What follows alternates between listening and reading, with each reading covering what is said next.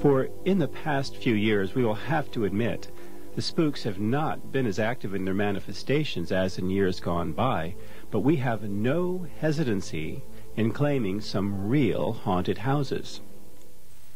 In a certain building once used for commercial purposes exclusively, but now converted into a dwelling, there used to be thrilling manifestations.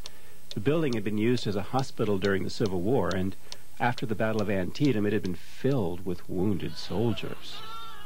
There were many amputations of arms and legs, and the surgeons, grown callous by much of this work, performed their duties in a mechanical sort of way, unmindful of the groans of the poor victims. And at one corner of the building was a pile of feet and legs, and at the other a collection of arms that had been amputated. These were more or less carelessly buried when the first rush of surgical work was over, but to this day, the spooks of the soldiers to whom these members belonged are unquiet. At certain hours of the night, groans can be heard, and more than one person claims to have seen arms and legs, all bloody and mangled, moving creepily over the floor, as if in search of the body from which they had been separated.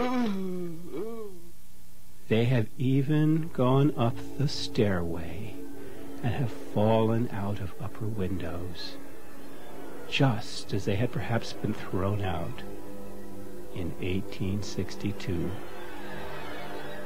It is said to have been a dreadful sight to see human feet, just as in life, kicking convulsively, and fingers clutching for something they never could catch. Another haunted house was famous for its many weird noises. In the stillness of midnight, the tip-tip of a woman could be heard in one of the rooms, and the swish of her silk skirts were plainly audible as she tipped about the place.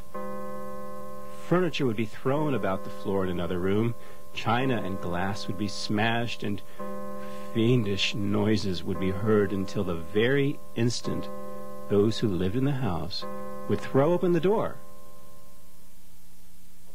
Immediately, all would be still, and every article would be in its proper place. Sometimes mocking laughter would be heard. The most thrilling part of the manifestations, however, was the crying of a little child.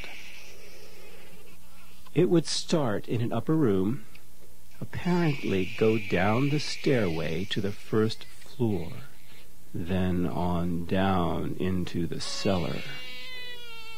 The sound would be like the feeble wailing of an infant, and in a far corner of the cellar it would sink down into the earth, growing fainter and fainter, until at last there was but a heart-rending gasp, as if the last breath had been smothered in the throat.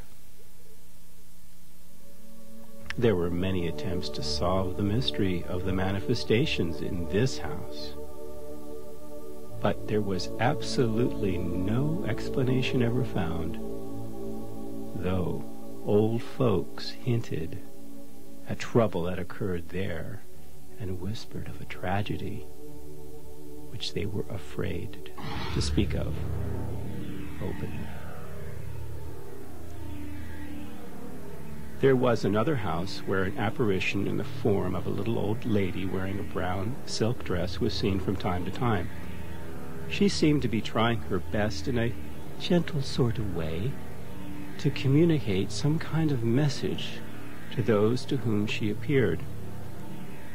Another peculiarity of this house was that a certain door could not be kept closed. No matter how well it was latched or even locked at certain times in the night, it would swing open as if to admit some person to the room. the little old lady in brown has been seen within the past few years, having appeared several times to a little girl 7 or 8 years old.